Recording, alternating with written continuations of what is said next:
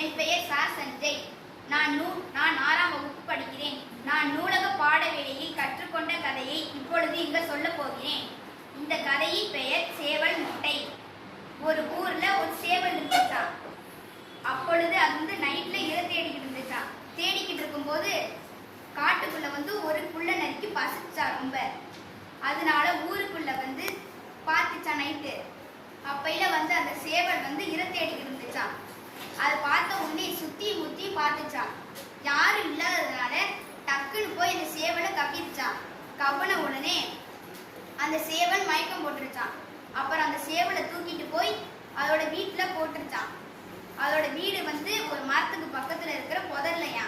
போட்ட உடனே சேவல் எந்திரிச்சிருச்சான்.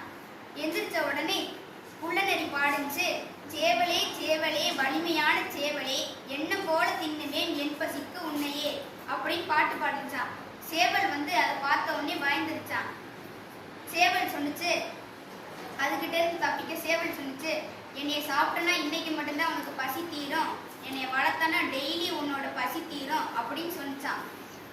அப்பையில எப்படி தீருன்னு கேட்டுச்சான். அது சேவல் சொன்னுச்சு, இப்ப ஊரும் மாறி போச்சு, காலமும் மாறி போச்சு, கோழியும் முட்டையிடும் சேவலும் முட்டையிடும் சொன்னிச்சா. அதை கேட்ட நம்ம சேவலுக்கு நம்ம புள்ளநரிக்கு சந்தேகமாவே இருந்துச்சான் சேவல் மேல. அதனால அதோட காலில் கயிற்ற கட்டி ஒரு மரத்துல கட்டி போட்டுச்சான். கட்டி போட்ட உடனே நீ 7 நாளுக்குள்ள முட்டை இல்லைன்னா உன்னை சாப்பிட்டுமேன்னு சொன்னிச்சான். 6 நாள் அனுப்பிச்சான். சேவலே இன்னும் 6 நாள் தான் இருக்கு, இல்லைன்னா உன்னை சாப்பிட்டுமேன்னு சொன்னிச்சான்.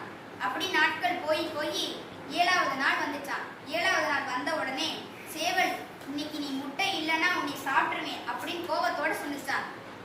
புள்ளநரியே என்னை என் மேல கோவப்படாத, சேவல் முட்டை போடும் மந்திரம் வீட்டுல இருக்கு, என்னோட கட்டை அவுத்து விடுவியான்னு கேட்டுச்சான். புள்ளநரியும் சரி என்னதான் மந்திரமோ அப்படின்னு அது காலில் இருக்கிற கைத்தை அவுத்து விட்டுருச்சான். அவுத்து விட்டோனே புள்ளநரிக்கு தெரியாத இடத்துல போய் அது வீட்டுக்கு ஓடி போயிடுச்சான். அதனால புள்ளநரி எப்படா சேவல் வரும், அது எப்படா நம்ம சாப்பிடலாம் அப்படின்னு நினைச்சுக்கிட்டு இருந்துச்சான். ஆனா புள்ளநரி சேவல் வரவே இல்லையா. இந்த கதையிலிருந்து நாம் கற்றுக்கொள்வது என்னவென்றால், எந்த ஒரு பிரச்சனை வந்தாலும் அந்த பிரச்சனையை பார்த்து பயந்து ஓடாமல் அந்த பிரச்சனையை சாதுரியமாக செயல்பட்டு அதிலிருந்து நாம் தப்பிக்க வேண்டும் என்பதை இந்த கதையிலிருந்து நாம் கற்றுக்கொள்கிறோம்.